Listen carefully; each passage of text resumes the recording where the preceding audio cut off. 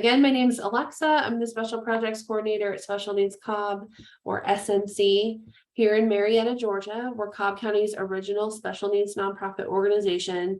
Back in the early 2000s, we started building 23 group homes for special needs adults in the area. Today, we still own and maintain these homes. We're in the middle of a really incredible renovation project where we're renovating all the homes inside and out. We work with a lot of amazing community partners that help us with that. We also provide facility-based respite services and supportive resources for special needs families, such as this workshop. Our presenter tonight is Anna Maki. If you guys were here in August when we did our SSI Basics presentation, that Anna did that for us as well. So you know that she is really great and she's going to do an awesome job in this workshop. She's the Director of Benefits Navigation at the Bobby Dodd Institute. She earned her Juris Doctorate at the University of Georgia School of Law and has a master's in community counseling, specializing in clinical diagnoses and addressing issues impacting individuals with developmental disabilities. Through BDI, she's developed a comprehensive benefits mapping process to assess individuals' eligibility for benefits, including Social Security, Medicaid waivers, family support services, GVRA, and more, a lot of what we're going to be talking about tonight. Since the program's inception in 2016, Anna and her team have served more than 1,500 families and have secured more than $250 million in lifetime benefits for individuals with intellectual and developmental disabilities. Additionally, she's a community partner work incentive counselor with the Social Security Administration. She has over 20 years of professional experience and is adept at problem solving and navigating the crazy benefits maze, which we're all probably pretty familiar with to some extent. She's also the mom of an adult son with autism, who she says is her greatest life teacher. And with that, I'm going to go ahead and hand it over to Anna, and I'll be back in the Q&A.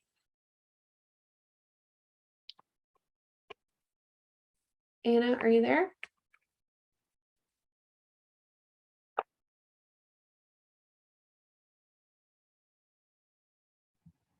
There we go. I was just talking away on mute. Oh, it's okay. No, I appreciate the opportunity to be here this evening. Thank you so much. This is an important conversation that we're going to have tonight. This is one that is near and dear to my heart because this is actually what motivated me to develop this benefits navigation program, you know, more so than the Social Security part. And it's all because of how challenging it is to figure out what services are there.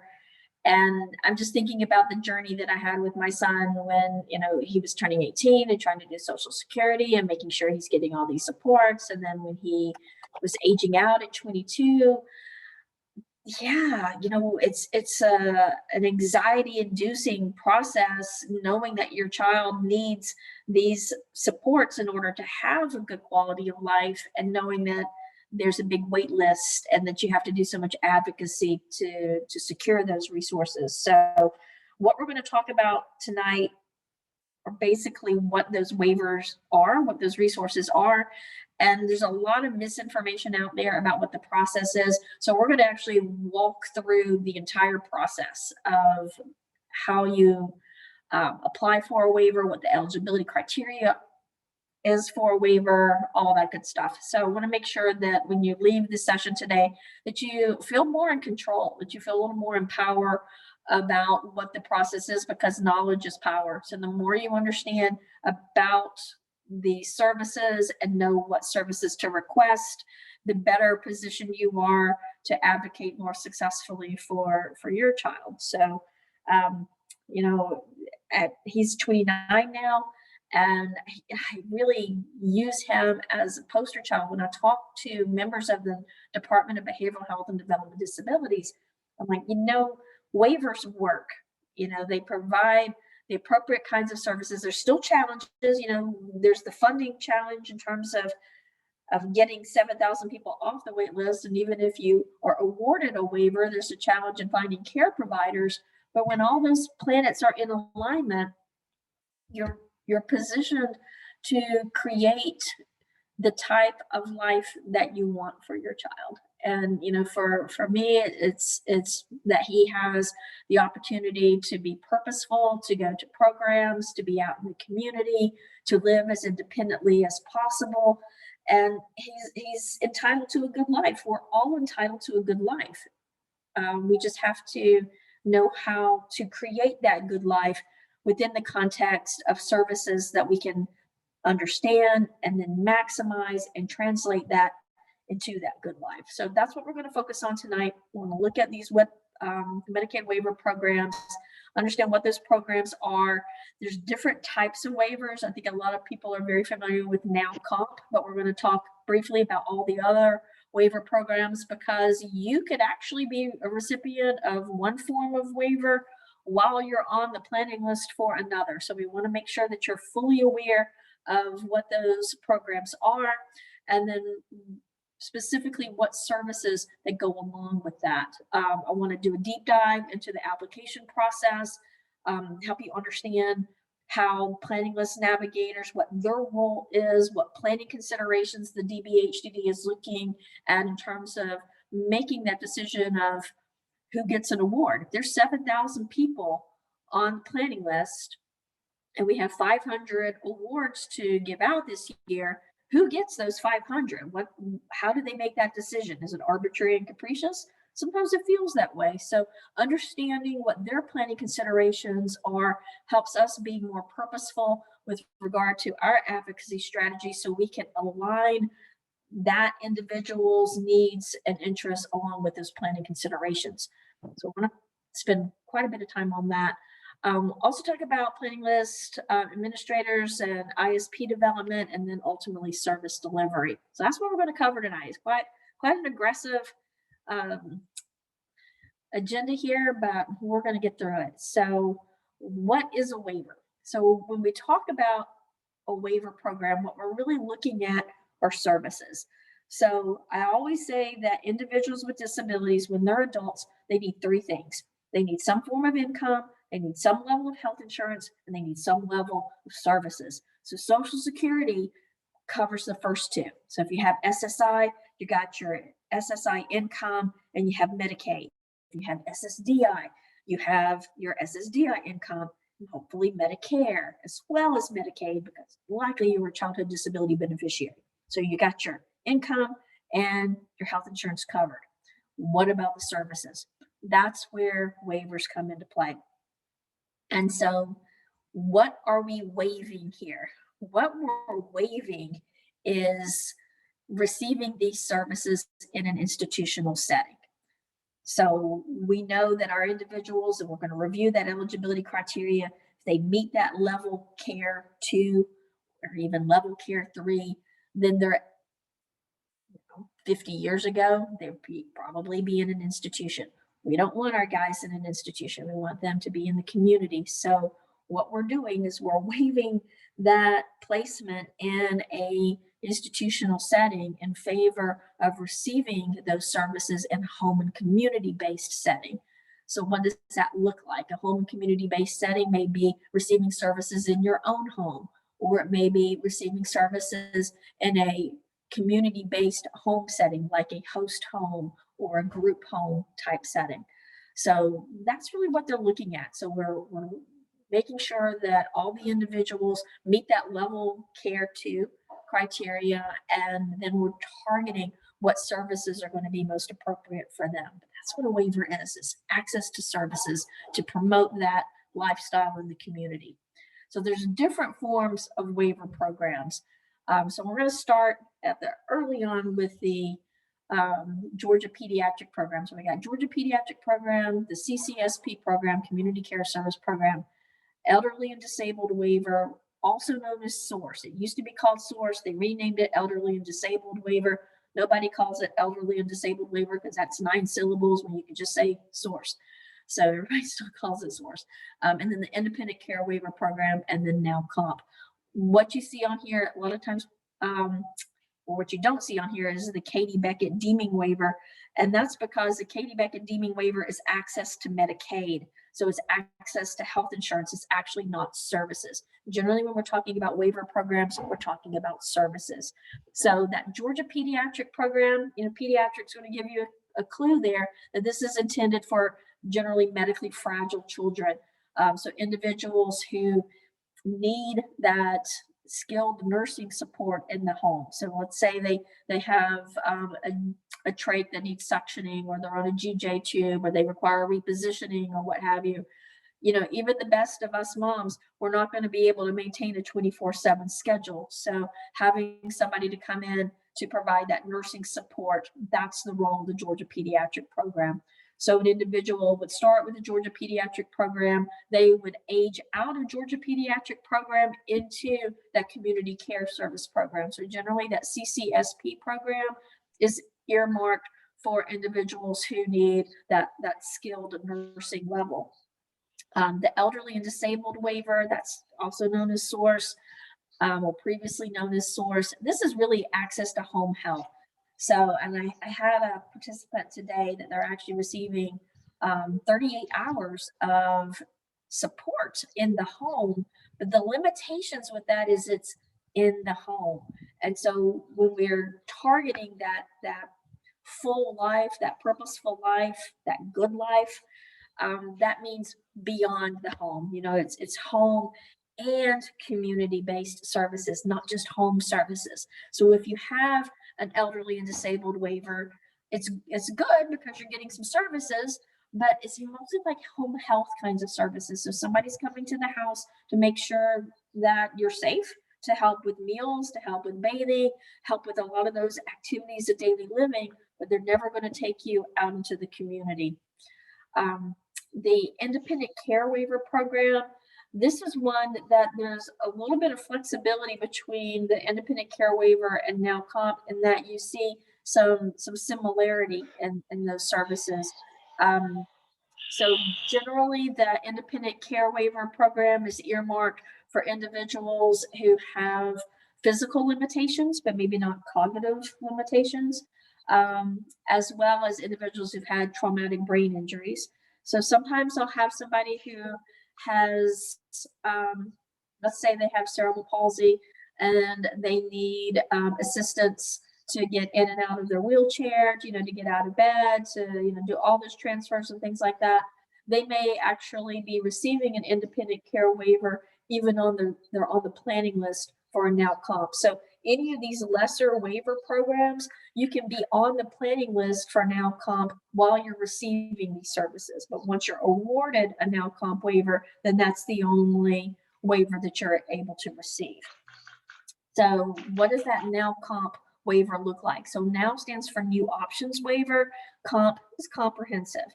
So they're really the same amount, or really the same level of services. It's just the amount of funding that you get is different. So comprehensive, you're going to receive multiple services. A lot of the comp waivers that I see are well over $50,000 a year, whereas a now waiver is usually one or two services. So the typical initial award is going to be a now waiver. And so that's going to look like maybe 30 hours of a day program. Every day program runs the same amount of hours. So you're never going to have one that's more than 6 hours a day. They bill it the same way. So there's no difference in pricing from one day program to the next. So it's roughly about $80 a day if you were paying out of pocket. So just the day program service, called a community access group service, that's going to run you close to $20,000 a year. So that plus you see usually a small amount of community living support. That's your typical initial award. A day program, a little bit of home support, totaling around 30,000 or so. When you start adding more services, again, that's when you transition from now to comp. But those are basically the core waiver programs that we see in Georgia. They're all funded with a mix of Medicaid dollars and state dollars. So in order to be eligible for these programs, you have to have Medicaid. It's going to be very important to note. So I'll have a lot of folks who are on the planning list. They may not have Medicaid at the point that they're on the planning list, but by the time they actually get the award, they better have their Medicaid. So let's again do a deep dive into Now Comp. So Now Comp is earmarked for individuals who have developmental disabilities and intellectual disabilities. The program is managed through the Department of Behavioral Health and Developmental Disabilities, lovingly called the DBHDD. Right now, there's about 7,000. There were more than 7,000, around 7,000 on the planning list. There's 513 awards for this fiscal year. That's a lot of awards, guys. This is the most I've ever seen. Usually it's 100 waivers or so. It's like, how do you know it's an election year? It's because you got 500 awards. Woohoo! Makes some people happy. But even still, we still have lots of folks on that planning list. And what I'm seeing now is I'm seeing individuals getting awarded, but they're spinning their wheels a little bit, because if the average award number each year is 100, and this year we went up to 500, do you really think the DBHDD has enough staff to cover that big jump from 100 to 500? Nope. So what's happening? So those cases are being awarded, so they're allocated, but they're kind of in a status quo, waiting on getting assigned a planning list administrator to help them throughout the process. So it's a slow process. So how do you get the award? So, you go through the process of application, you get on the planning list. Back in the day, they used to say we had a short-term list and a long-term list. So back in 2018, they did away with that distinction. It's just a planning list. You're either on the planning list or you're not.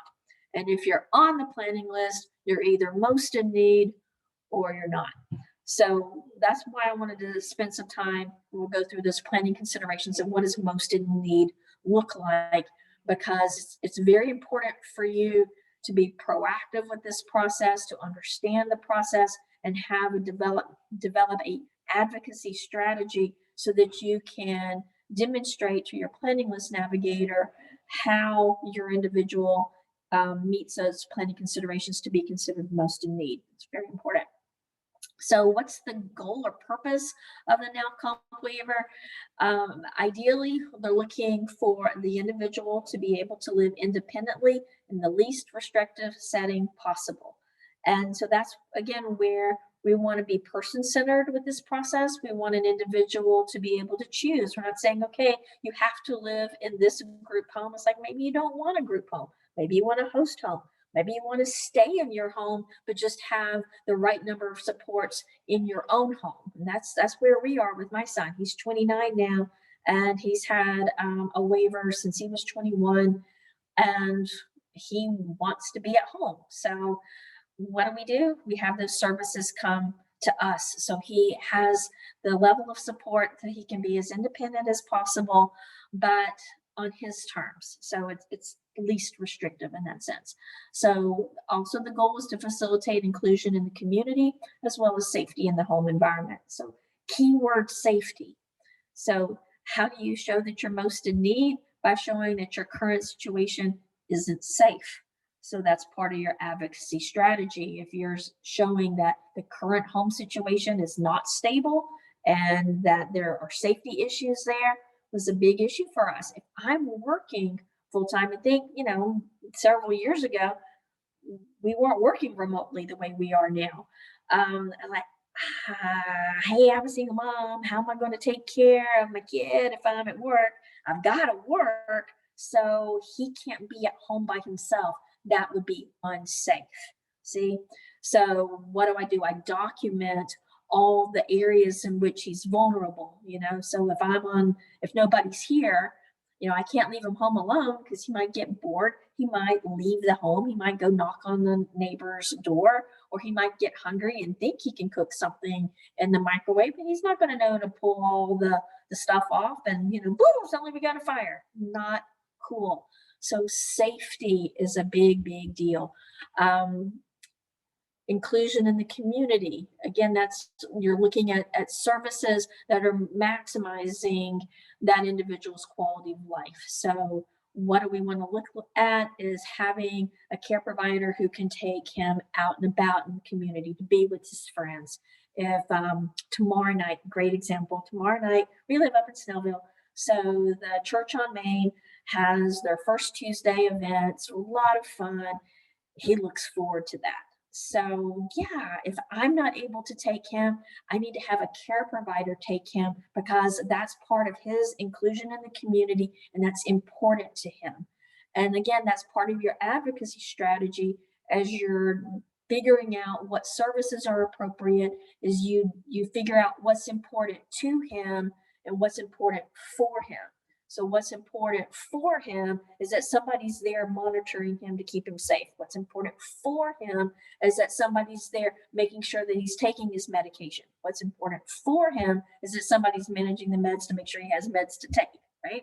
What's important to him is hanging out with his friends. What's important to him is going to see the latest Marvel movie. So you being able to distinguish what's important to and what's important for is going to go a long way in your demonstrating what his needs are, maintaining that safety, and promoting, hey guys, we all know that he's eligible to be an institution. Nobody wants that. If he were to be left completely unsupervised, our neighbor could freak out, call the cops. Suddenly he's in jail. That's not least restrictive. So let's make sure that we're providing the right appropriate services so he's living the best life possible. Number one, he's safe. Number two, he's happy because he's doing the things that he wants to do with the people that he chooses. That's what we're shooting for. So that's what NowComp is supposed to help us provide. And it works. It does. Like I said, he's a poster child. Eligibility requirements. If you're not on the planning list, you need to get on the planning list. How do you get on the planning list? What are those eligibility requirements? Well, it's having a developmental disability. And so they're going to look at a developmental disability as a chronic condition that a person's going to have prior to age 22 that limits their ability to function. In other words, their adaptive function, their cognitive function is below average. So the DBHDD is also looking at individuals who have developmental disabilities that aren't intellectual disabilities, but may be closely related to an intellectual disability. So for example, now my guy may not be the best example because he has autism with accompanying intellectual impairment. So you could argue he has an intellectual disability, but you could, if we took that, let's say we boosted his score up so his cognitive function was less impaired. Autism by itself is viewed as a condition closely related to an intellectual disability. So they're going to be looking at conditions like that as well. So what are they really looking at? They're looking at numbers, guys. They're looking at numbers. This is why it's very important that if you're going to get on the planning list, make sure you have a psychological evaluation, pre-screen that psych eval, because I'll be honest with you, if you give them a psychological evaluation and it doesn't meet this criteria, even if you come back with the later one, they're going to do a lot of pushback on that, okay? So for your initial jump into the process, make sure that your psychological evaluation has both the cognitive function scores as well as adaptive function scores. It's going to be very important. So what they're looking at is, first of all, that intellectual disability. So let's check for intellectual disability first. What's that full scale IQ? Is it above or below 70? If it's above 70, we need to look at adaptive function. If it's below 70, we've checked that box. We're already there. Let me just back up a minute because I missed that, emphasizing that prior to age 22.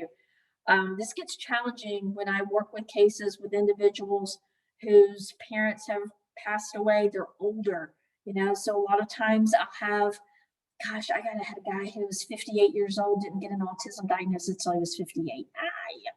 Yeah. So there are some conditions like autism.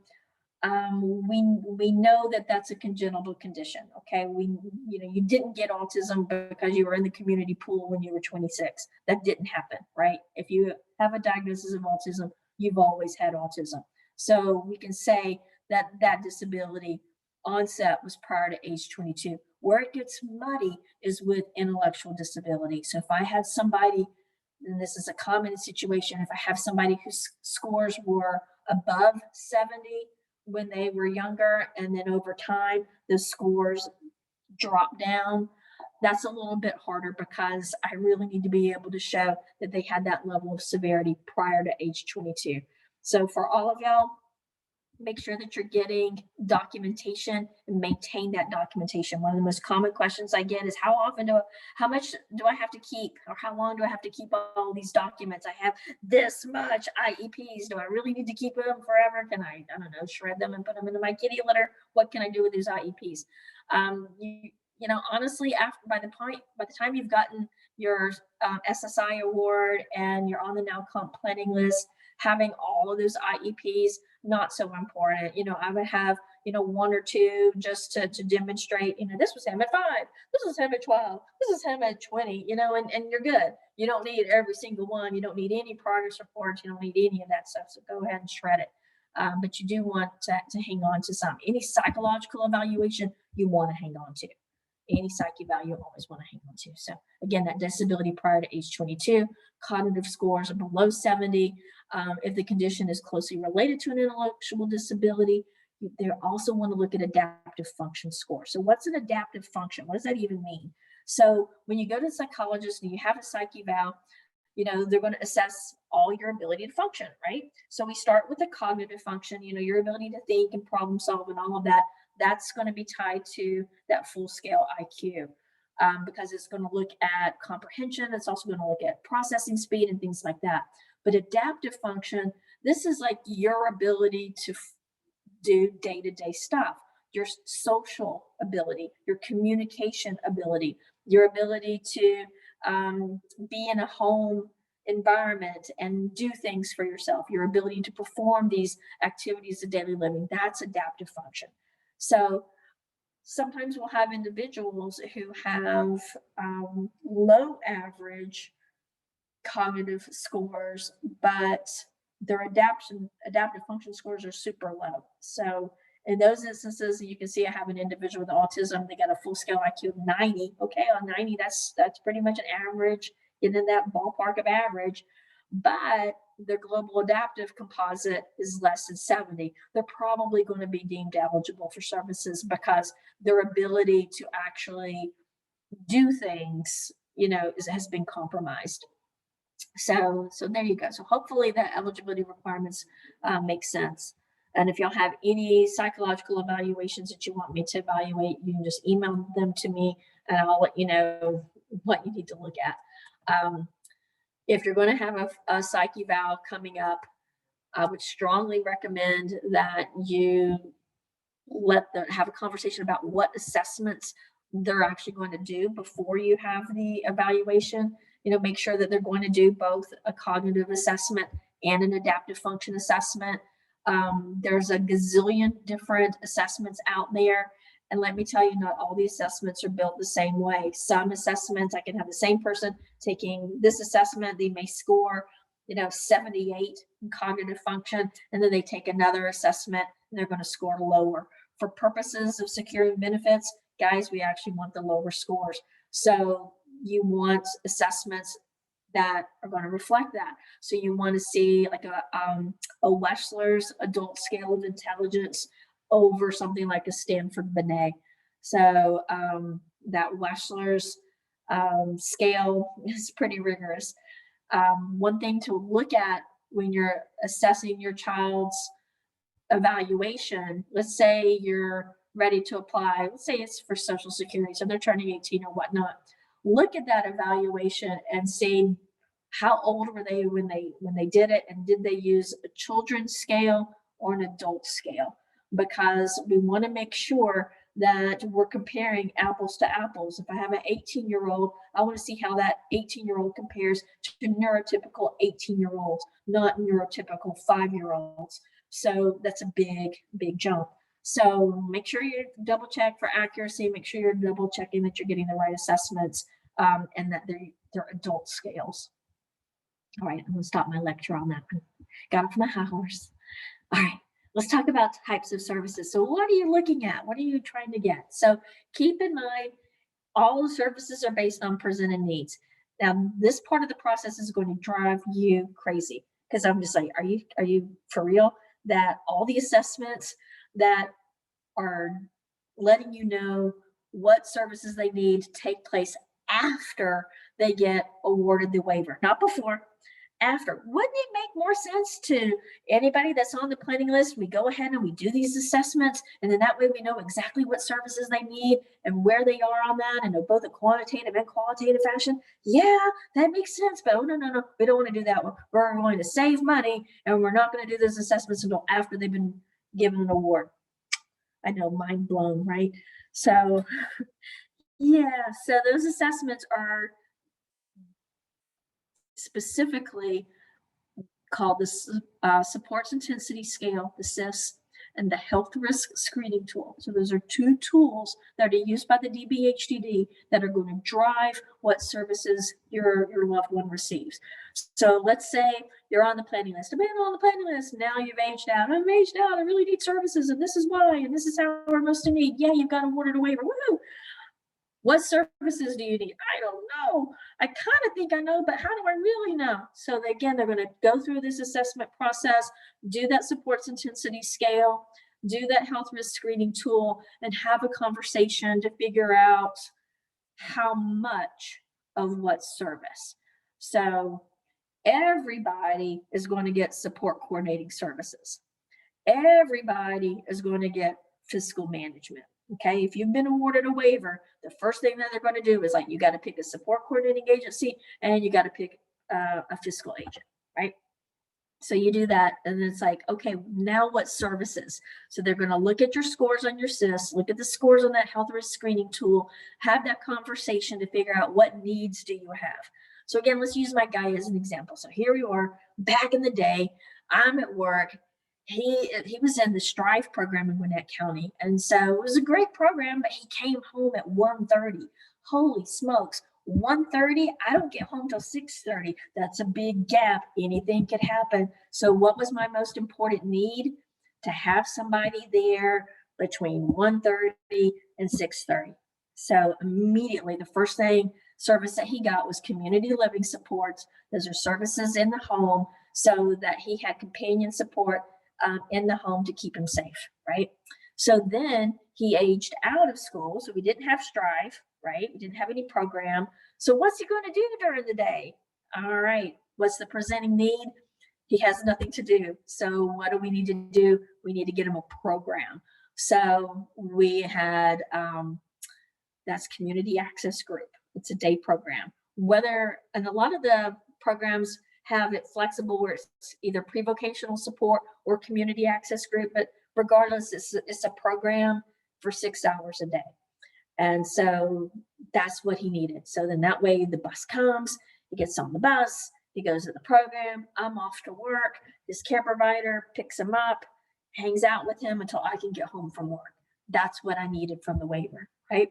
So community access group, pre-vocational support, as well as the community living support. What's the difference between community access group and community access individual? Oh, it's in the name. Community access individual, that's one person. So that's always going to be one-on-one support. So let's assume that my guy wasn't a good fit for a day program. He still wants to be involved in the community, but being with other people with disabilities is too overstimulating. You can't do that program. It's just too much. So what you do is instead of having a community access group, you can have community access individual. So that's going to fund having that care provider to take him out into the community wherever he wants to go.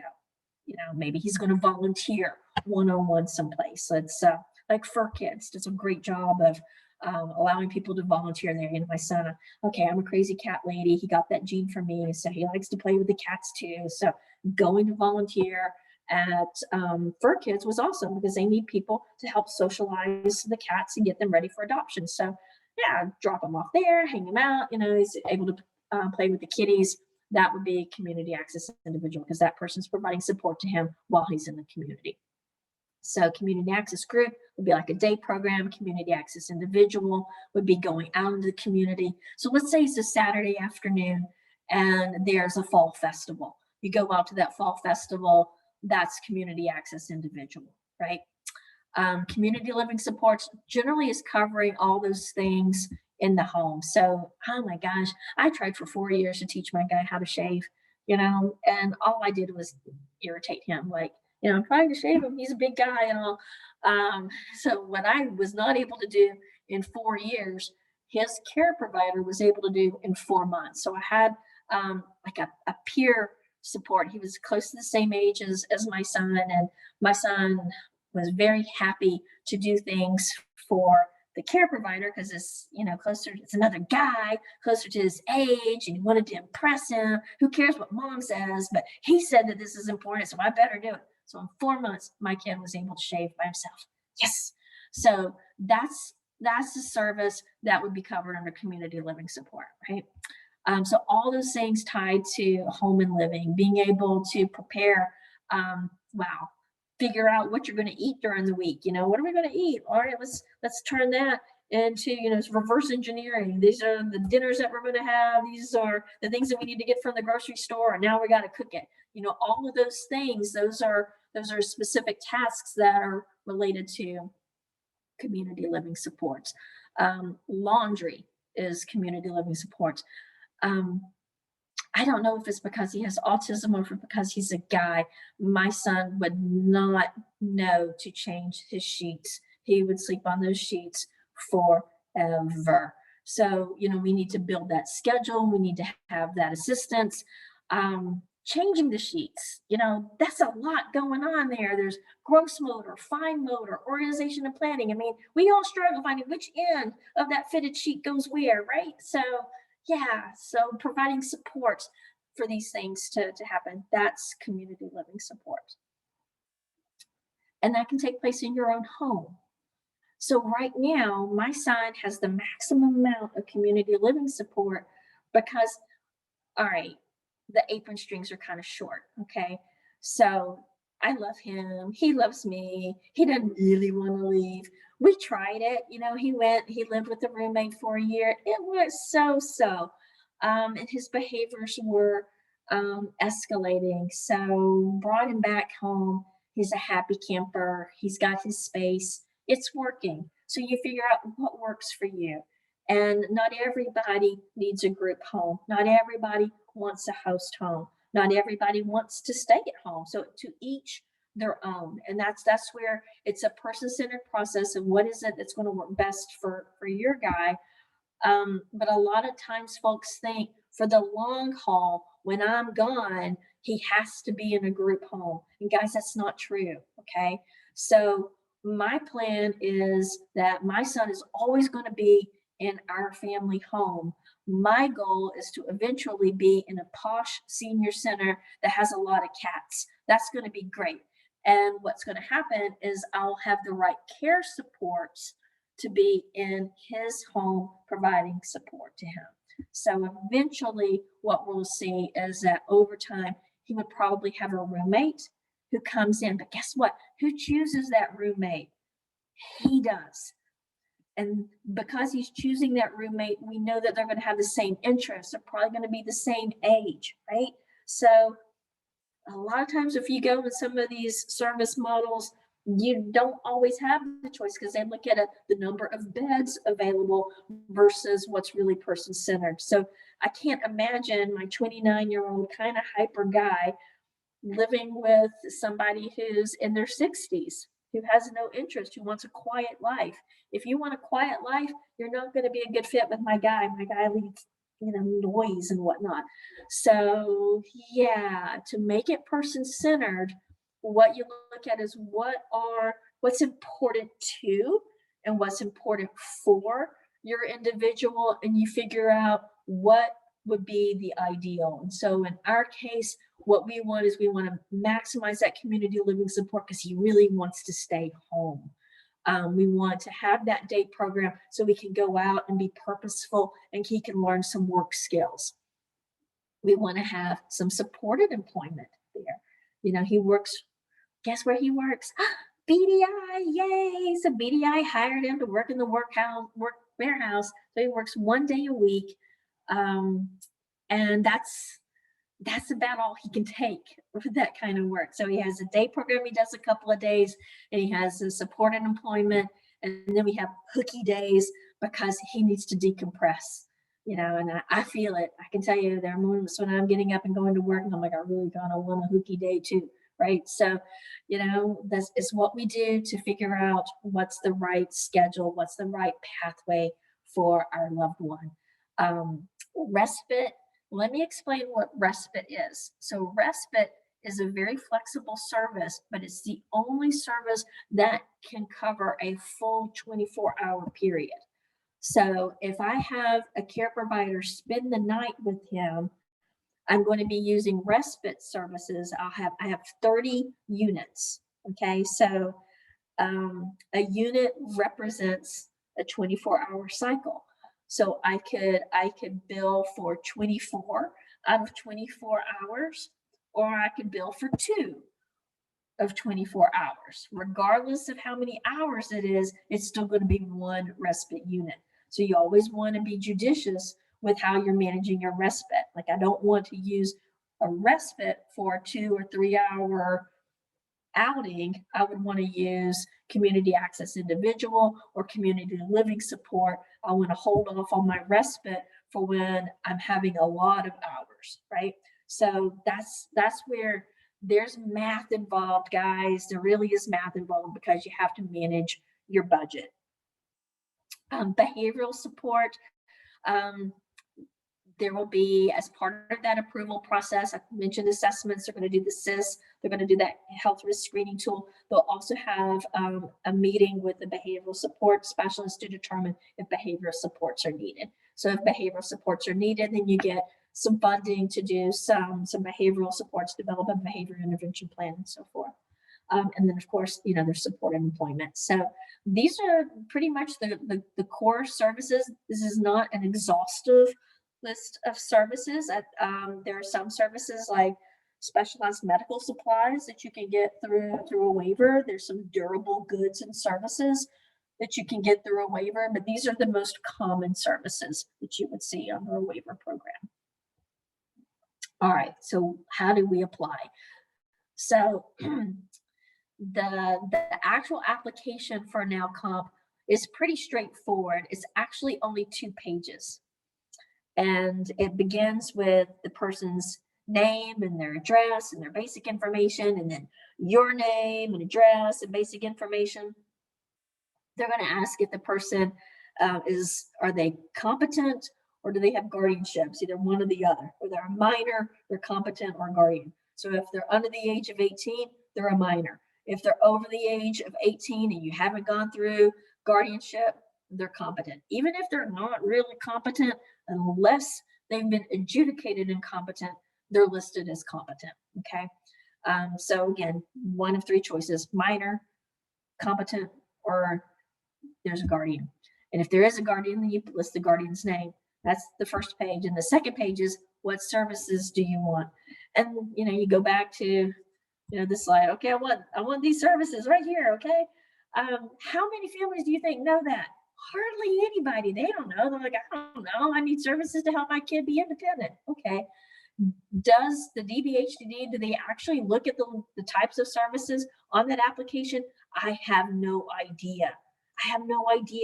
Probably not, because again, most people have been on that planning list for quite some time. So when Eric was 13, when I first put him on the planning list, I didn't know what services there were. And I wasn't, I don't have a crystal ball, so I wasn't able to foresee exactly what services that he needed. So I'm just like, I just want services to help him be independent and in the community and yada, yada, right? So you can be vague on that application. It's okay. It's not going to be a deal breaker if you don't list a specific service, because what's going to end up happening is by the time they actually get awarded a waiver and they do those surveys and they have those conversations, they're going to figure out what services. That's what drives the services, those assessments and those conversations, not what you've put on the application, just so you know. But it's on the application. So, but that's it. 2 pages. That's it. But there's one other page, and that other page is the scavenger hunt page. Okay, and so the scavenger hunt is all the documents that you need to submit with the application for it to be viewed as a complete application. So what does that look like? That looks like, if you have Social Security, they want a copy of that award. They want a copy of his psych eval. They want a copy of the IEP. Yeah, see, that's where you need that IEP. They want to see a Social Security card, or at least a number, any health insurance that you have. Do they have Medicaid? If so, they want the Medicaid card. So, like I said, the scavenger hunt. You may not have all of that, when, again, if your child is a minor and they're on the planning list, you don't have guardianship paperwork for them because, they're a minor. But eventually, if you were to get guardianship and you have that letter of the guardianship, you would submit that to the DBHTD as part of the file. So yeah, the scavenger hunt, that's the part that slows the process down, because people will complete the application and they're not sending in all the documents. Even if you don't have all the documents, send in what you have. They're not going to expect a 16-year-old to have guardianship. They're not going to expect a 14-year-old to have SSI. So you send in what you have, and make sure that you update as needed. So that's what the application process looks like. So you submit the application, all the supportive documentation, to the regional office. How do you know what region you're in? Well, you're going to look at the application, because the application has this little grid on it, and there are 6 regions, and they're going to list all the counties in those regions. So you find your county. You know what county you live in. If you live in Gwinnett County, you're in region 3. So you find your county, find your region, submit it to that intake coordinator. So within 30 days, the intake evaluation is supposed to be scheduled. Be a little flexible with that, okay? Because they're probably going to be longer than 30 days. And you see it happen, not so much. So if it's 30 days, if you haven't heard from anybody, you follow up, because one of the things you want to make sure is my application complete? Okay, that's your key question. You've submitted everything, you've gotten crickets. Okay, let me call. You got everything you need? I'm not pushing. I'm just saying, do you have everything you need? And if you do, great. And if you don't, I'll get that for you. But if you're good, I'm good. All right. Okay. Yeah, we got everything. We're just backlog. Okay, fine. Oh, I'm patient. All right. So you go through that process. Then it's going to be a minute. Then they're going to do an intake evaluation. What is that intake evaluation all about? The intake evaluation is to determine the level in which that person meets their eligibility criteria. Okay, so who you are on paper, and then who are you in real life, right? So they're going to come out. They used to come out in person. Now they do it via Zoom, but they want to lay eyes on the person. And I can remember vividly when they came out to do the assessment. And even when 13, my son's always been a big guy. He's got this big Angry Bird eyebrows, and whoever they sent out was just this tiny woman, and she was freaked out. She's like, oh my God. He's like, hi. He shakes her hand like this. And so it was pretty clear, we got some stuff going on. So she was like, yep, what is on paper pretty much matches what I saw today. So that's what they're looking for. Don't shoot yourself in the foot. This is not the time or place to brag on your kid, okay? There have been many times when I have kicked the parent under the tail, like, shut up already. If you say, she's perfectly capable of this one more time, I'm gonna hurt you, because you're just blowing your case. Every time you say you're capable of doing something, that's saying she doesn't need support, right? So what we want to do in all of our interactions is we talk about what their needs are. We don't talk about what their strengths are. We talk about what their needs are. We know, gosh, if I had a penny for every IEP that began with Eric is a delightful child, I know he's delightful. His being delightful is not going to get him a waiver. What's going to get him a waiver is the fact that he freaks out when he's by himself, is the fact that he's likely to wander, it's the fact that he's a big guy that has meltdowns. This is what's going to get him a waiver. That's what I have to talk about, okay? So during that intake evaluation, we're going to talk about those support needs so that it can go, okay, yeah, I get it. I get it. We want them to have that little light bulb going off. If I see what's going on here, I understand what supports you need. When you see that light bulb going off, that's when you know that you're doing a good job with your advocacy. So they're going to do that intake evaluation going, yep, I get it. He needs some supports. Okay. So then you get the letter. Okay. So the letter has the DBHDD logo in the upper left-hand corner, and it says, yay, you've been predetermined eligible for an Cobb waiver.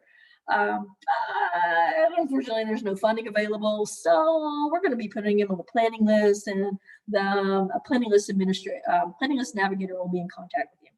Fine, okay, that's still an eligibility letter. Hang on to that letter, okay? There are some things that you can get rid of. The reevaluation notice from your IEP, destroy it. The DBHDD letter, file it, okay? You need to hang on to that letter because this letter can open the door for other things, okay? Because this is proof that the Department of Health has determined that your kid has met the criteria. So when you are approaching VOC rehab and they're like, okay, you want services through VOC rehab, what do you got? Well, I got this letter from the DBHDD that he meets their criteria. Okay, there's some like tacit reciprocity. Well, if the Department of Health says he meets criteria, then probably the Department of Labor is going to say that he meets criteria too. So that letter is important. Keep it. All right. So you've been placed on the planning list. Yay! You and 7,000 other people. Woohoo! What does that even mean? Who is a planning list navigator? Or what does that mean? God bless the planning list navigators. Can we just have a moment of silence for how difficult their job is? Can you imagine having 1,000 people, 1,500 people on your case list, and your job is to figure out who is most in need? Now, when I die and go to hell, that's apparently going to be my job. I don't want that job. Nobody wants that job. That's brutal. That's brutal. And so a lot of times I hear people complaining about their planning list navigator. I'm like, oh, she's so rude, or she's so good. She doesn't care. And I'm like, let me tell you, she cares. She's just seen it all, heard it all, been there, done that 1,000 times over. And her job is so hard. She's got to figure out, how do I distill all of these people and figure out who's really most in need, right? Their job is to figure out who's most in need.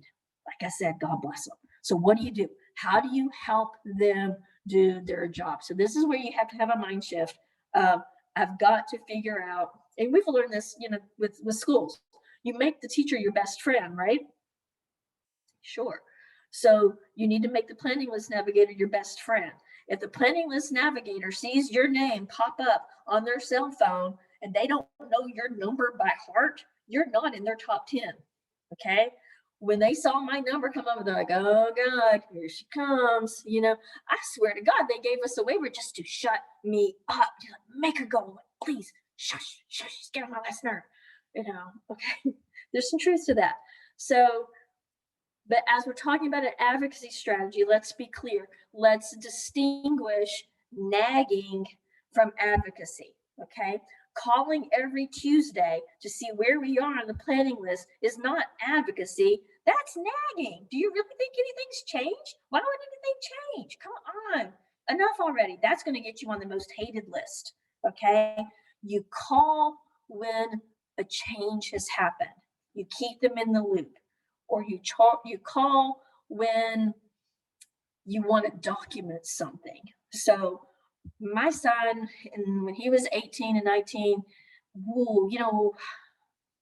when he was little, we had no behavioral issues, and I didn't understand it at the time. When we would be at a IEP meeting, and the teacher was like, and he has no behaviors. And you see all their body language, like, oh my God, oh, he's just so wonderful. Oh, there's no behaviors. I'm like, what is the deal with behaviors? Yeah, he's my kid. I don't know, he's a happy kid. Okay. Now that once he turned 18 and he started having anger issues and he started having depressive cycles, and his depressive cycles looked like anger and not classic depression. Oh, now I see what you mean by behaviors. I see, when I'm having to, really walk on eggshells, manage the environment, do all these things to try to keep him stable. Yeah, those are behaviors. So when your kid has behaviors, It's hard, right? I get it. But you want to document that, because that documentation is what you're going to be able to provide to the planning list navigator to demonstrate that he's most in need. So back in the day, when we were having these issues and my son was having these meltdowns, and I could legit say, like, is your plan really, I'm in my 50s, is your plan really for me to outrun my kid? Because that's what it sounds like your plan is, that I'm supposed to be faster than he is. And let me tell you, that's not going to fly for very long. Like right now I'm doing it, but the older I get, he's going to be able to outrun me. How am I going to get to that door and get it locked, right? So anytime he had one of those meltdowns, I called GCAL, the Georgia Crisis Access Line, because they document. And guess who else I called? My planning list navigator, right? So that's how I got to be that most in need, because I'm documenting all of, and I'll never forget the very first time she was like, well, okay, so he has behaviors. Do you have any documentation of this? Why, yes, I do. Let me show it to you. And so I kept it on my cell phone, and I still have a record of behaviors on my cell phone, so I can document not just for services, but so I can identify trends, what's going on. This, when they say there's a full moon, yeah, that's not a joke. So stuff happens. So you document, and again, let's put our feet in the shoes of this planning list navigator. You got two guys, same age, same diagnosis. The only thing that's different is one has documentation of their behaviors and the other doesn't. Who are you going to give it to? The person with the most documentation wins. Why? Because that planning list navigator also has to prove her case. So even if I were doing an advocacy strategy by nagging, we would still be at that point where what's the planning list navigator going to tell her boss, right? So my providing all that documentation enabled her to go, okay, Anna Maki, her kid's on my top 5. Here's all the documentation she provided. These are the services that I think is going to make him safe. These are the services that I think are going to help this family be stable. That's your magic language right there. Okay, safety and stability, providing the documentation to show that. The other thing that you need to do is you better be utilizing family support services. If you're on the Now Comp planning list and you're not using family support services, then they're going to say, well, they're going to punt. That's what they're going to do. They're going to go, okay, I hear you. You need some services. Are you using family support services? No, I don't know what family support services is. Okay, well, boom. And then suddenly you've just gotten punted over into family support services territory, right? Yeah. So you have to show that you're utilizing all available resources. So instead, the answer is, are you using family support services? I sure am. Maxed out those services. It's been very helpful, but it's just a drop in the bucket to what his real need is. And I did a gap analysis. So this is what family support covers. And then this is what it doesn't cover. So it's covering, a good 12%. Yay. But what about the other? Okay. So again, that documentation comes into play there, but make sure you're using family support services. If you're not using family support services and you don't know what I'm talking about with family support services, please send me an email so I can, and let me know what county you're in. So all y'all are in Cobb County, right? Okay. Some of you are not in Cobb County. Okay. So let me know what county you're in so that I can let you know who your providers are, because every county has access to a family support services provider. Some counties have more than one. So here in Gwinnett, you can choose between BDI, in community, longstanding organization. I think Viewpoint Health still does services in Gwinnett County. If you're up there in Cobb County, you've got in community, and you have Cobb Community Service Board. So depending again on what county you're in, that's going to drive what your choices are. You can only have one family support services provider. So find out who your providers are and then get your provider. You'll go through that same process, assessment, developing an individual support plan. You get your it's a drop in the bucket compared to a waiver. But if you look at it like a ladder of services with comps at the top, then now, and then down at the bottom is family support services, it begs the question, why would I award you a waiver if you're not using family support services, right? So you got to use your lowest hanging fruit first, show that you're maximizing it. You ask that agency for more money. Did I ever get more money? No. Did I ask? Oh, yeah, I did. I'm like, you're going to you gave me the maximum of $3,000 a year. I've spent that, because I have to have care in the home because I'm not here all the time. So you do that, you go back, you ask for funding, and you document that.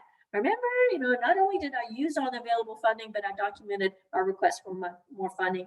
They didn't get it. They said I should have a waiver. Blink, blink, right? So there it goes. So maximize that family support services. And then that planning list navigator, how are they making the decision? It needs to be quantitative. So they're going to look at the planning list considerations. This is what they're looking at. These are the planning list considerations. And we've all heard the stories. Everybody's been told. I actually showed up one day because, again, I was a desperate woman. So I showed up at their doorstep one day and I'm like, this is where I'm at. And the supervisor came out and she says, unless somebody's died, you ain't getting a waiver. And I'm like, well, that's kind of harsh, but I hear you. But let me tell you how somebody could die if we don't. Okay. So you got to give it back to them. Be prepared to dish. Okay. But number one on the planning list actually is death. Okay. And there are times, guys, that the system really does work. I had a situation where this is sad. There's a mom and her son. They went to Disney. They were in Florida. They had a trip of a lifetime. They were on their way home back to Arizona. There was a terrible car accident. Mom is killed, guys, by himself, right? It's our worst scenario. And then in our worst fear, who's going to take care of our kid? Nobody back home wanted him. So guess what?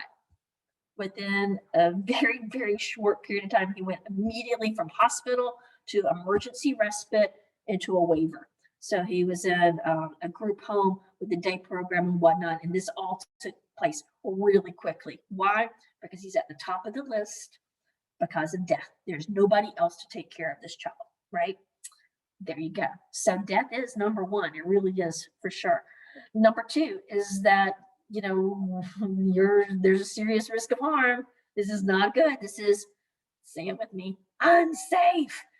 So if somebody's at risk of being hurt, whether it's your child or yourself, that's going to drive you up to the top of the list.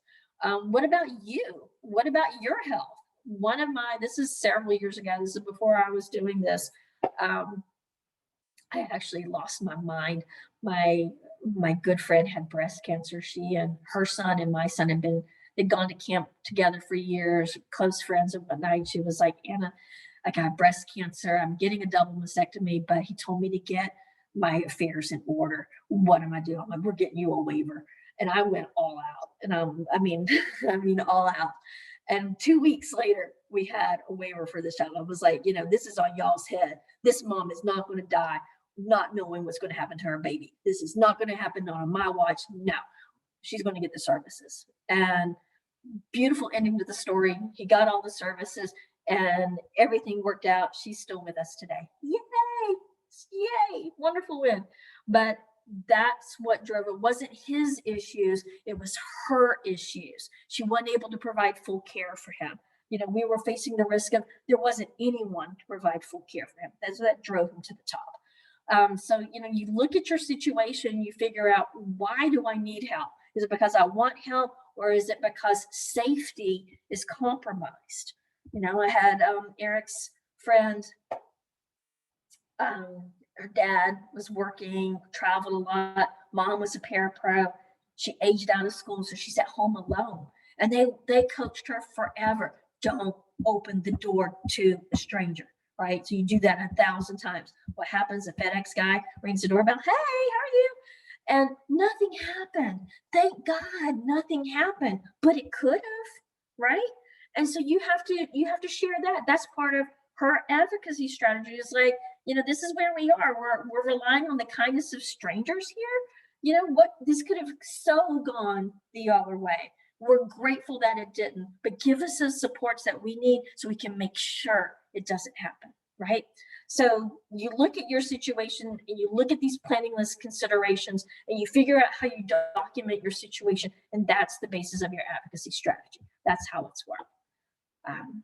So yeah, so aging out is the bottom of the list. There's a lot of 22-year-olds, but let me tell you, if you're not aging out, you're even lower on their list. So when you're looking at that, turning 21, that's a great opportunity to call the planning list. I mean, we're aging out pretty soon, and I know it takes a year to really get everything going. We can't have that gap. We got to have services. So that's something to help put you on the map. So then you get awarded. Yay, you get awarded. So what happens? The baton passes from the planning list navigator to the planning list administrator. So then that person is going to say, okay, you have to have a fiscal agent. So here are your options. And you choose a fiscal agent. A fiscal agent is somebody to help you manage your budget. You're never actually going to see any money.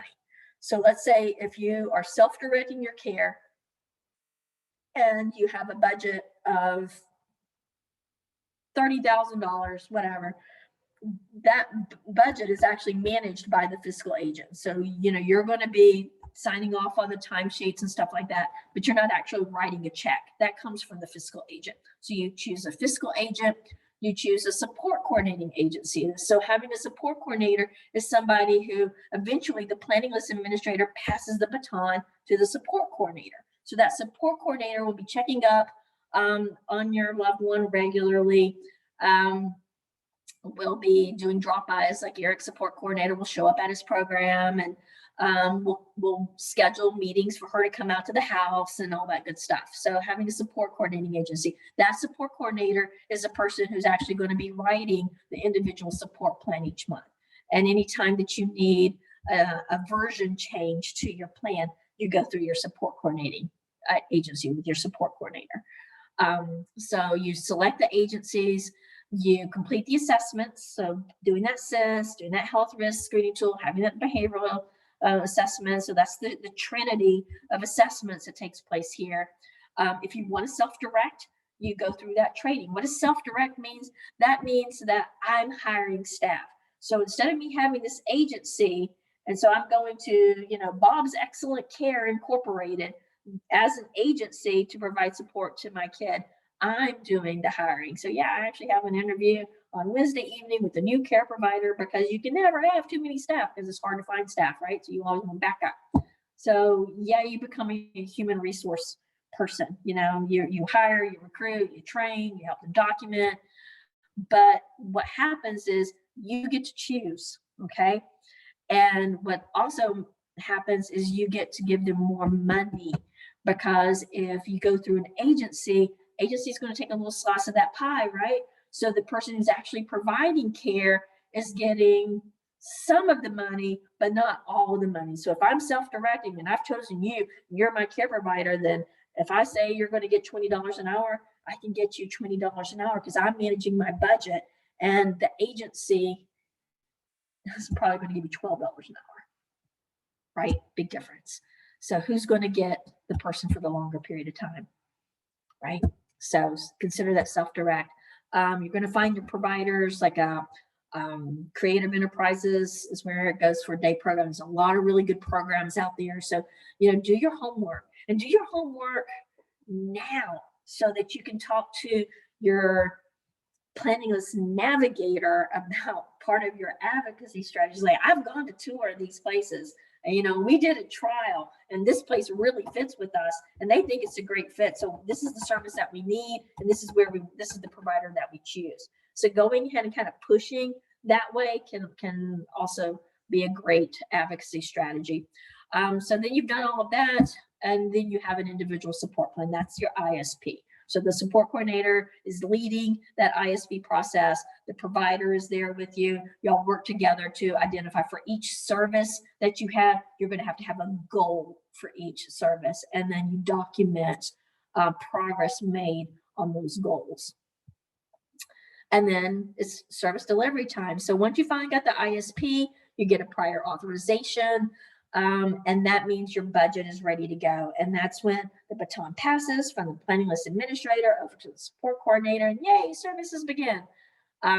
Again, you're going to be collecting data. So if you're the provider, that's their job. If you're self-directing, it's your job. So if I'm self-directing Eric's CLS and he has a goal of doing his laundry, I have to document what he's doing, what progress he's making towards that goal. Right. So again, the support coordinators will check in usually at least once a quarter. So let's say you go through and then something happens. So I don't know, maybe there's a change in provider, or maybe what you thought was going to work out didn't quite work out, or you need a service or whatever. You talk to your support coordinator, who is not as much of a fight. This is the good news. You fight to get the waiver. And then by the time you actually have the waiver, you get a support coordinator. It just feels like a different kind of situation, because they're like, what do you need? Oh, is that really happening? Okay, let's see what we can do about that. And you're like, you want to just pass out because you're not used to having somebody to go, oh, let's figure out a solution to that problem.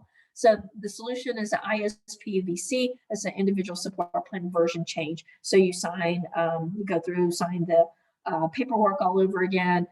They process that, takes time, but then you're going to get additional services. The hard part is getting awarded a waiver. Once you've got a waiver, it's fairly easy, as long as you can document the need to get additional services for that waiver. And then they're going to do a new ISP each year.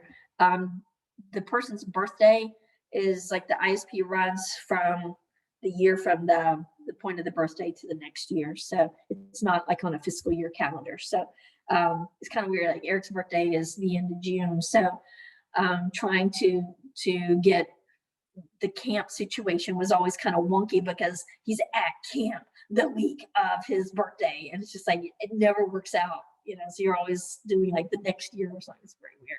Anyway, just be prepared for some wonkiness. It's just part of it. But the ISPs do take place on an annual basis. I think that's it.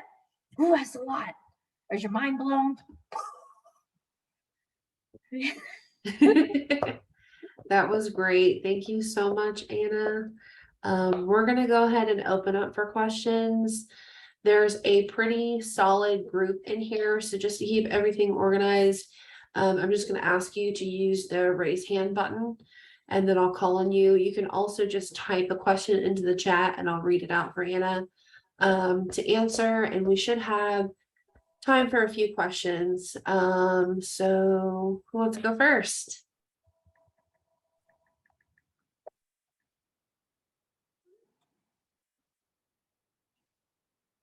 Anybody?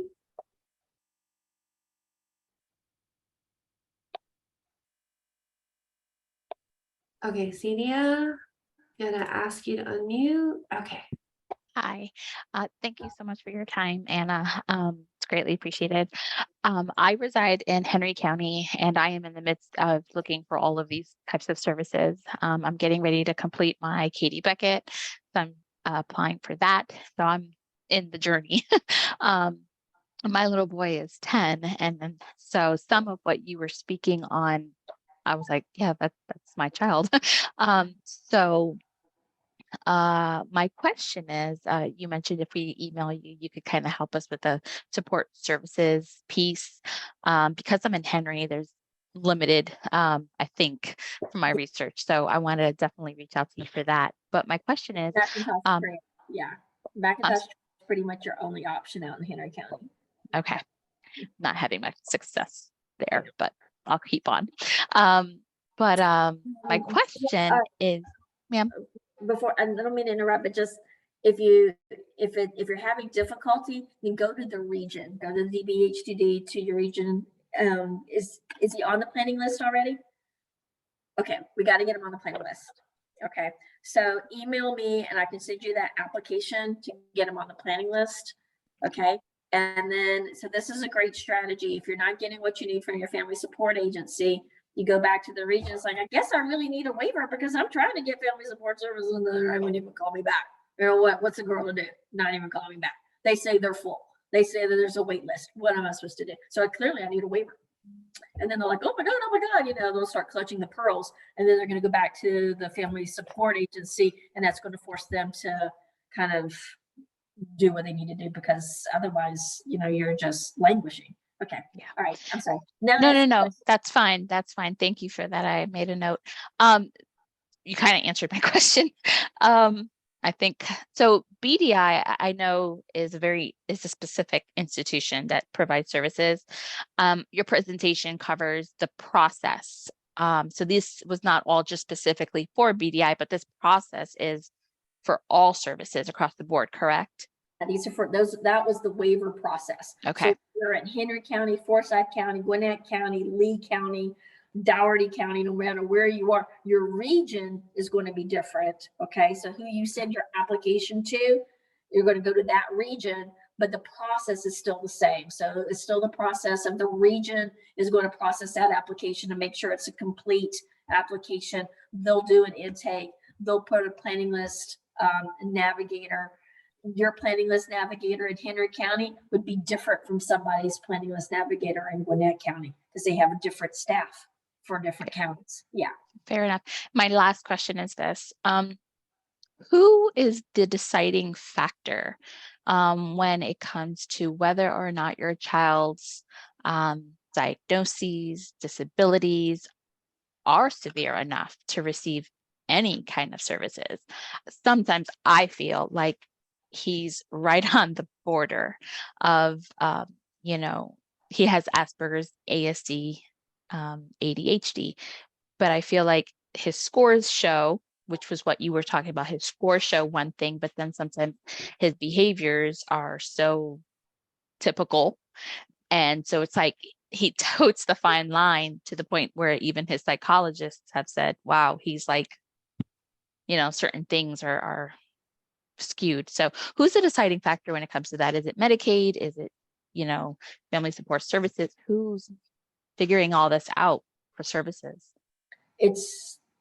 That's why having that assessment is so important, because the decision maker is going to be different for different things. Eventually, let's fast forward. Let's pretend instead of 10, he was 18. Okay. So if he was 18 right now, we'd be wanting to talk to Social Security. Who's the decision maker there?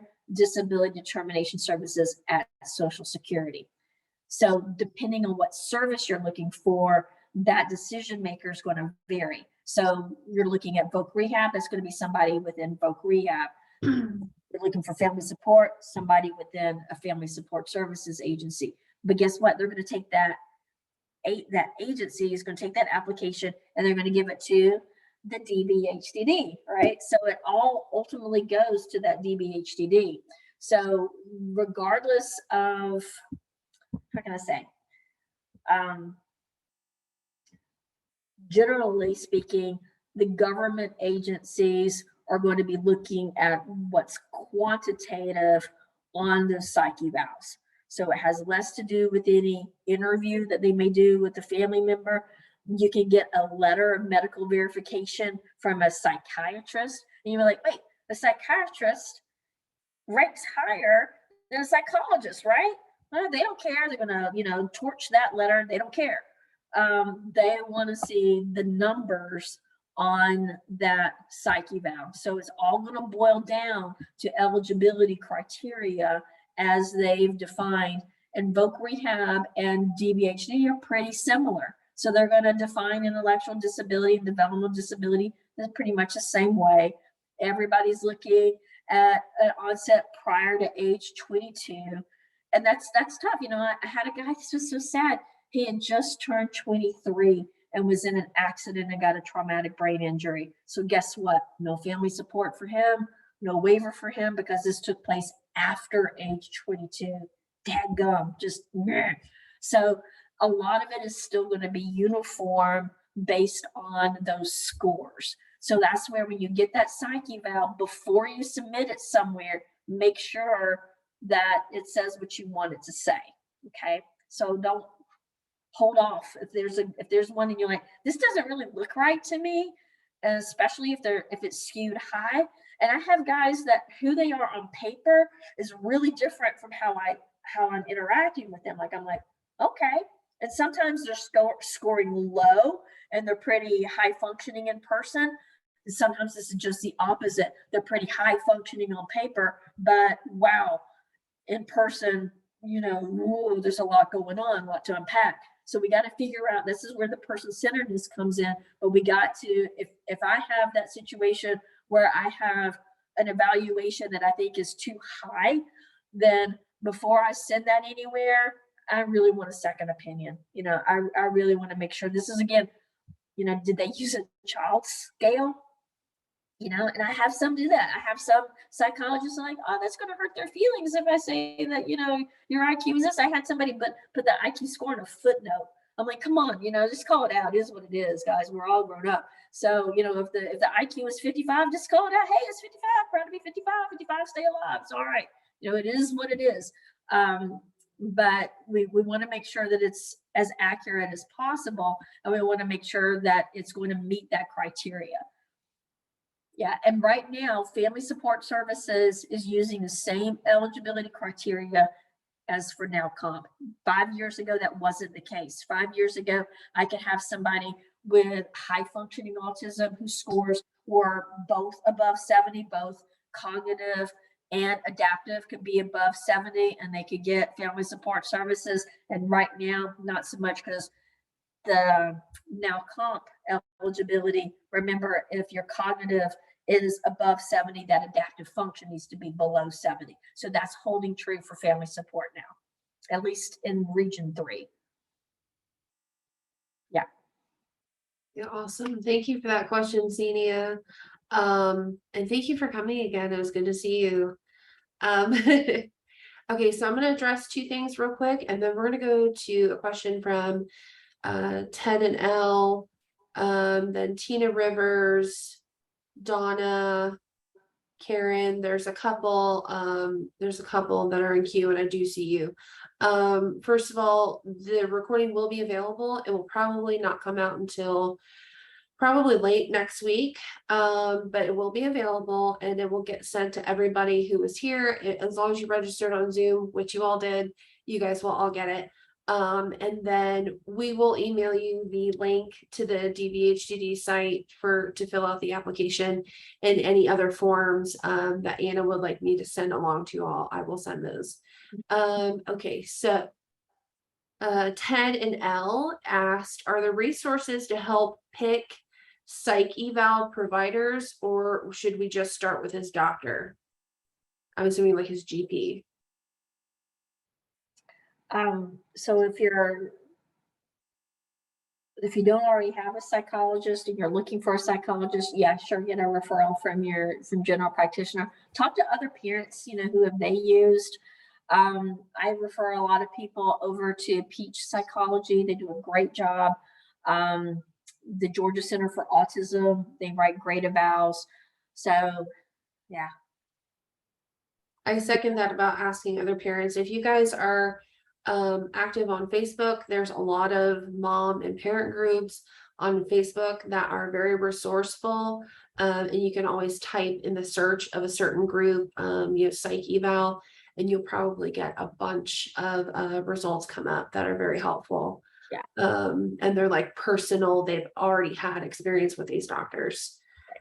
There's a Facebook group called Special Parents. I think it's Special Needs Parents of Georgia. So you can look for that. People use that forum all the time to request for recommendations because they want somebody near them. They don't necessarily want to go all the way across town, because it's hello Atlanta. It takes you forever.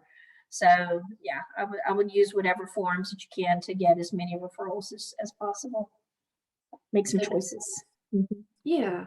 And I'm going to jump down to Jenny's question real quick because it's very connected to that. She asked, is a school psych evaluation okay, or does she need to get a private evaluation? Sometimes the school evals are really good. Sometimes the school evals are better than what you're paying privately for, because the schools are like, hey, it is what it is. So there it is. They're not sugarcoating as much. And they may be more willing to do the assessments that you're asking for. Like if you have a 15-year-old, say, hey, don't, please use an adult scale. I'd rather you compare my 15-year-old to an 18-year-old instead of a 3-year-old. So, they might like, oh, okay, sure, why not? Tell you who else does evals, especially if we're over the age of 18 or you've aged out of school, is Voc Rehab. So, you can go to Voc Rehab, and if your psych eval is pretty dated, they're going to want to do an accurate placement as well. So a lot of times they're going to do a vocational evaluation. They may also do a neuropsych evaluation. Okay, cool. Just one other thing about that. I've had a couple of parents say, well, I know Social Security may do an evaluation. I'll just use theirs. No. So when you're being adjudicated for Social Security, it's really not a genuine bona fide psych eval. It's more like a mental status exam. And so, no. Hard no on that. Okay. And it is just after 7:30. I just noticed that. So if you guys have to go, I do understand. Anna, are you good to stick around for a little bit longer? I'm good. Okay. All right. Anna's always game. Okay, cool. Tina asked, what does the DVHDD mean when they say in order to obtain a now or comp waiver, you must have a waiver or be Medicaid eligible? Can you go ahead and apply while you are waiting for SSI, Medicaid, traditional Medicaid, or Katie Beckett? Absolutely. Or is there emergency Medicaid so you can apply and also apply for family support services? You can get on the planning list without Medicaid. You can't have an award without Medicaid. Okay, so let's just play that out as a scenario. So let's say most times you're going to get Medicaid. Some folks are going to get Katie Beckett, that's access to Medicaid, but generally most waivers aren't awarded until after age 22. That's the most common, is after they've aged out. So they should have SSI by that time. So that's the thing. It's like if you've been denied SSI and you don't have Medicaid, you're going to have a hard time getting a waiver, because Social Security is basically evaluating I don't think your case is severe enough to warrant a determination of disability. And so therefore no SSI, therefore no Medicaid. So we really need to look at what your documentation is to evaluate that. But generally speaking, yes, go ahead and put them on the planning list. You don't have to have Medicaid to be on the planning list. Generally speaking, you're going to get a waiver award after they've aged out at 22, so they should have SSI. What I would strongly encourage folks to do, if their child is now an adult and they're over the age of 18, you should be applying for SSI if you don't already have it. And if you're having difficulty with SSI, then we need to look at what's going on there, particularly if you're on the now comp planning list and you were denied SSI. It's like, one of these things is not like the other. It's just a little, that's weird, because severity is severity. There's some universality to that. So yeah, we'd want to look at that. Okay. I think this is more of a statement, but Donna said, my daughter is aging out this month and I'm overwhelmed because I've asked what can I do in advance before this time, and their teacher had no knowledge. She said it looks like I need to now work on the now comp waiver. Yes, Sounds like it. Yeah.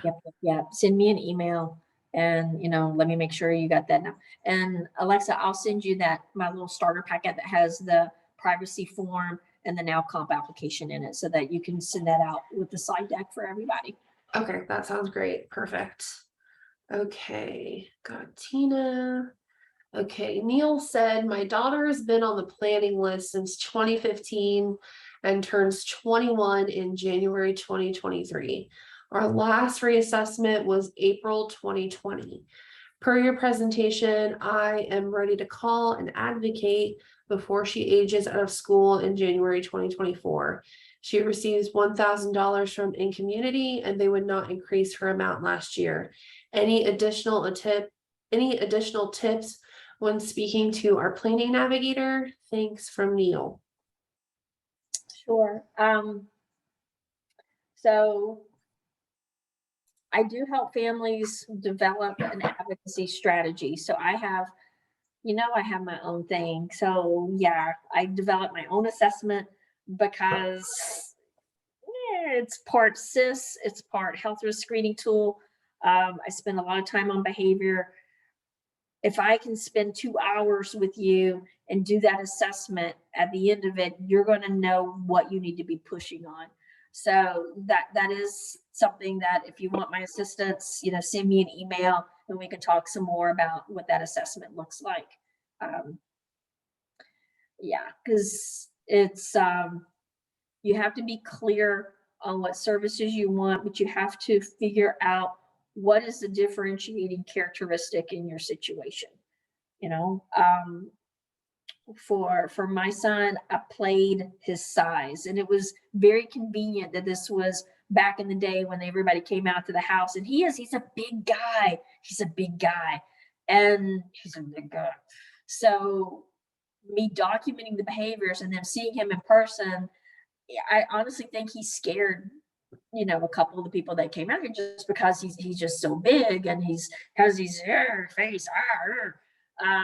So I played that up. Does he have behaviors every day? No. I mean, remember the IEP that says he's a delightful child? Yeah, he is. 95% of the time he's a sweetheart. But boy, you better watch out for that 5%, right? And so again, for everybody, it's going to be different. That was the card that I played. That especially now that he's a big guy, I know, like, I saw him, like we're in Walmart or whatnot, and he's in line of sight. So I'm watching what's going on, and I can see how other people respond to him. And, he's this big guy who's kind of clueless. They don't know what's up. Right. And so, people can get nervous. Right. So that's stuff that I would document and share. It's like, okay, we want to make sure that he always has companion assistance, companion support in the community, because if something were to go sideways, and it has before, that we have somebody there who can say, hey, this is what's going on, this is autism, we're just having a little meltdown, it's going to be all right, don't call the cops. Right, we're good, okay. And this happened just as recently as 6 months ago. He had a meltdown at the racetrack because the ice cream was melted. Really, this is going to trigger a meltdown? Well, yeah, it did today, because it's just that one straw that and for him, that was the last thing that he could deal with, was the melted ice cream. So he had a nuclear meltdown. And fortunately, he and his care provider had gone to that racetrack enough that they knew him, so they didn't call the cops, right? But they could have.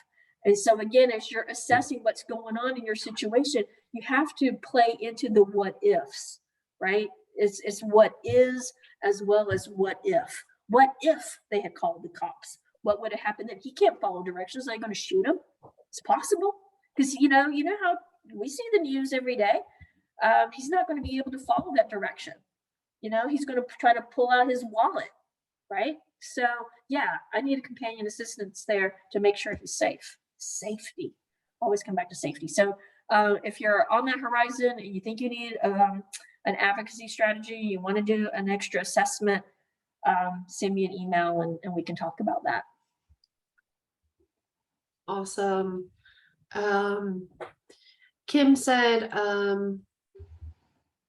Kim asked if her child can apply for SSI and also qualified for Medicaid when they turn 18.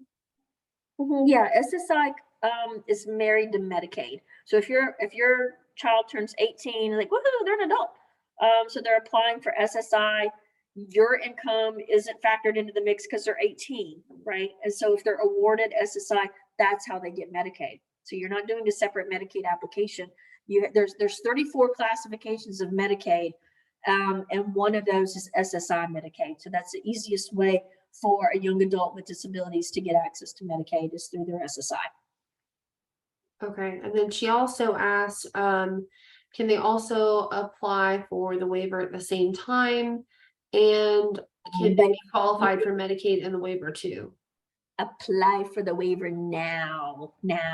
As soon as I send all this stuff over to Alexa and you get that application, go ahead and fill it out and get on the planning list. You can apply for now comp at any point in time, really after age 3.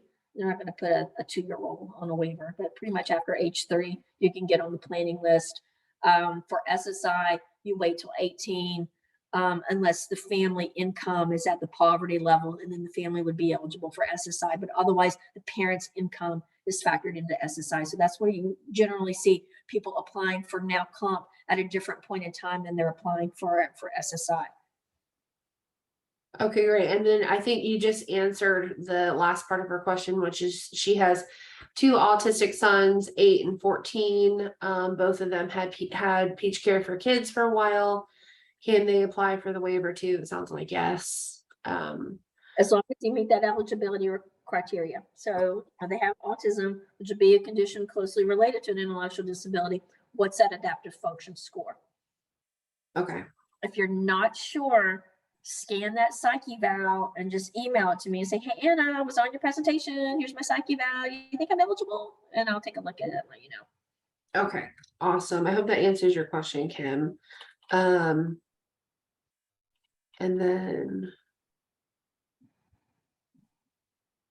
I love doing webinars at night. I get so silly. So I silly. Yeah. Me too. Okay, so I'm going to be doing voices. I'll do this all in my Mickey Mouse voice, and we'll really be up the creek.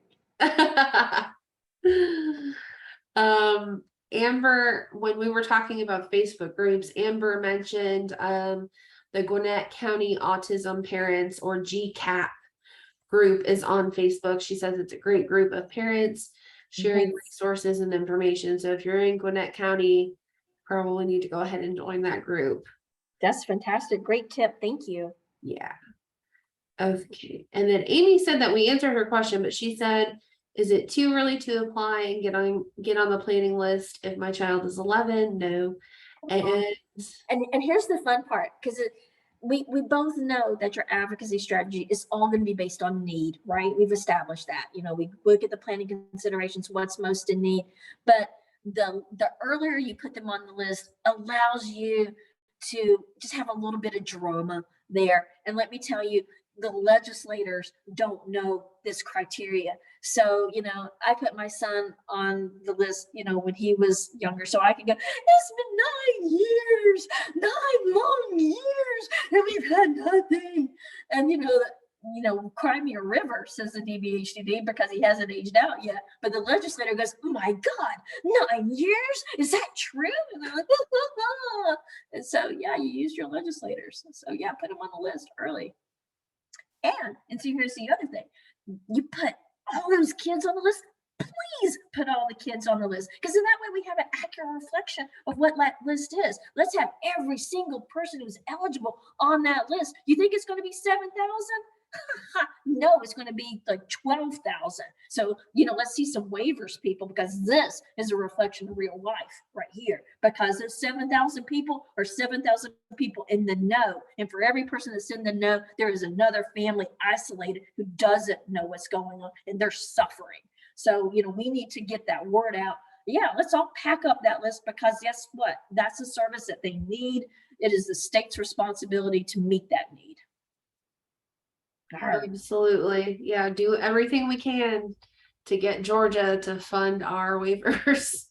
And, we got some good momentum, and, hats off to Sally Harrell. She has really led the charge with getting more waivers. And there was a study done. It was like 2017, and it was just like, how much did the DBHCD plan for this? And it showed how they should be using family support. And it was this plan that over the course of 5 years, there wouldn't be a planning list. All right, well, do the math with me, guys. 2017, okay, it's been 5 years. So if you had actually followed through on that plan, we wouldn't have a planning list now, would we? So do what you say that you're going to do. And if you're a legislator, your job as a public servant is to hold the government agencies accountable. So, it's like, look, this is something that has been, an issue for some years. And don't lose sight of the fact that the whole Olmstead decision came out of Georgia. That was Georgia defending its right to institutionalize people. So that case went all the way to the Supreme Court. Yes, I have my Ruth Bader Ginsburg action figure behind me because she was the one that wrote the opinion on the Olmstead case that basically says, no, under the ADA, individuals with disabilities have a right to be in the community. And it's the states that are obligated to make that happen, because prior to that, Georgia kept people at like regional hospital against their will. They were given the opportunity to leave. So yeah, that's Georgia. Okay. We kind of got a history here in Georgia. So put that into the context of your advocacy, because you're talking to a lot of people who really don't understand our own history, and they don't understand how many people are really suffering in Georgia, because there's a lot. Right. Yeah, and you mentioned Sally Harrell. If you guys aren't familiar with her, she's really like a champion of, getting all of our waivers funded. Definitely, if you can follow her, I think she's pretty active on social media, Facebook and things. So if you're interested in getting more involved in advocacy for getting the waivers funded, definitely check her out. She's really amazing and is really trying to, do a lot of work to help get all of our waivers funded. And be active. Y'all check out the Georgia Council for Developmental Disabilities. They're one of Georgia's leading groups that does advocacy. So they have advocacy days at the Capitol each year. So that's a great way to sort of, instead of trying to do all the advocacy all by yourself, to kind of join a movement. So look at that as an option too. Yeah, definitely. They're an awesome organization. And I'll make sure that I put in Sally Harrell's, if she has any social media handles, which I'm sure she does, and I'll put in a link to GCDD so you guys can all check them out, because they do really awesome work. Okay, Amy, I think we answered your question.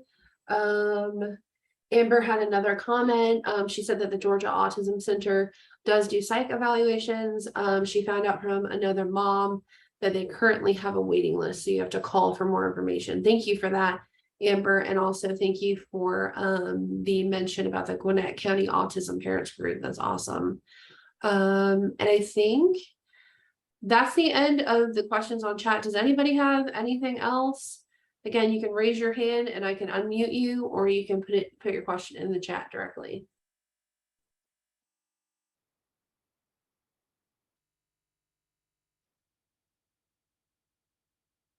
I'm gonna give everyone a second to type in case anyone's typing.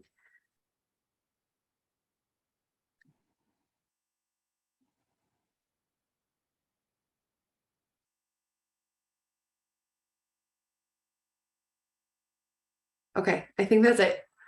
Okay, awesome. Well, thank y'all for being here tonight. Again, I'm gonna be sending up a follow-up email with everything that we talked about tonight.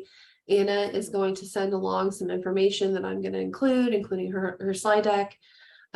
We did record this this workshop, and usually I would like to get it out within a few days, but we are coming up on my organization's biggest fundraiser of the year. So it's probably not going to come out until late next week, and I apologize for that. Yes, Xenia, we're going to send out Anna's email. Actually, Anna, can you put that in the chat real quick? Are you able to do that? So you guys will get that from me, and I do apologize for the wait on the recording. I appreciate your patience though. Also the next Special Needs Cobb workshop, which will also be the last for 2022. That's going to be on Thursday, November 3rd. And the topic is addressing challenging behaviors. We're going to be joined by consultant and special needs planner, special needs parent, Rita Young, and we're going to discuss some tips and strategies to tackle challenging behaviors when it comes to our special needs loved ones. Everyone will get a link to the registration when I send out the follow-up email. And we have a lot of thank yous. Tina said thanks. I always learn something new from your presentations. I'm so glad, Tina. Thank you for being here. Thank you guys all for being here. Anna, do you have anything else that you want to add before we head out? No, I'm good. Thanks, everybody. And I put my email in the chat box. So feel free to just say hello. And keep that on hand, because even if you might not have a question now, you might have a question, 6 months from now. I'm still going to be here. So yeah, holler. Definitely. Awesome. Well, I hope you guys have a good night. Thanks for running late with us. We appreciate it. It's a lot of information. We could probably do a whole week seminar on NowCom, couldn't we, Anna? Good. We totally could. Yeah. Okay. All right. Well, you guys have a good night. We'll see you again in November. Bye. Bye.